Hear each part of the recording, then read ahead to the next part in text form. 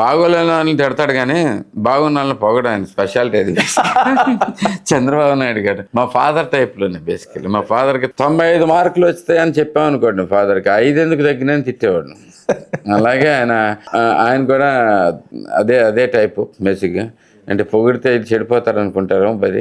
So సహజంగా పొగడరు. So problem ఉంటే తిడతారు. సో నన్ను పిలిచి తిట్టింది లేదు కాబట్టి I think I'm not in a bad position. అంతవరకే ఐడియా ఉంది. ఓకే.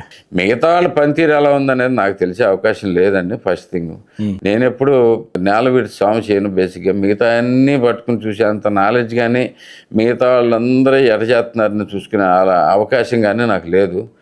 నేను ఈ ఏరియాకి నాకు అవసరం ఉంటే పక్కన కుమార్ రాజా ఉన్నాడు, అటుపక్క కాగిత ఉన్నాడు, ముగ్గురు మంచి ఫ్రెండ్స్.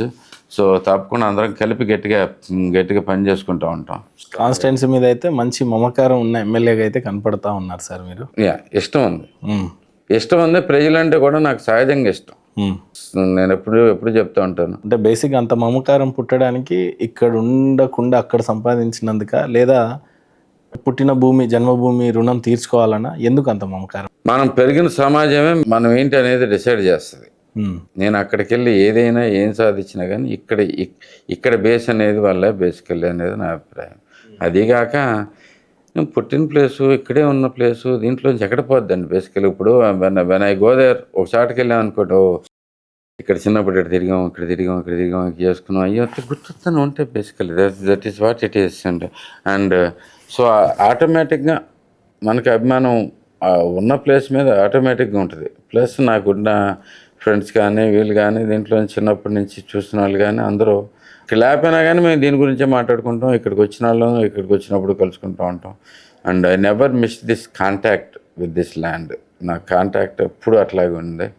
ఈ గుడివాడికి నేను యుఎస్లో ఉన్నా కానీ సంవత్సరానికి 3 సార్లు వచ్చేవాడిని నేను ఇండియాకి అప్పటి నుంచి.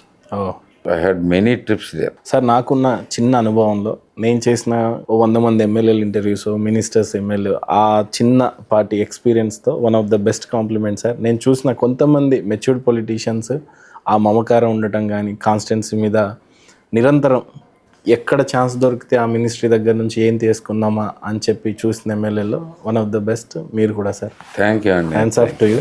Thank you very much. And ఎలా చూసినా మీరు ఎంత మెచ్యూర్డ్గా చెప్తున్నారు అనేది ఒక ఫుల్ మీల్స్ ఫీలింగే. కొంతవరకు అయితే మిమ్మల్ని ఇబ్బంది పెట్టాను అని అనుకుంటున్నా. ఇప్పుడు కొద్దిగా పెట్టాలని అనుకుంటున్నా.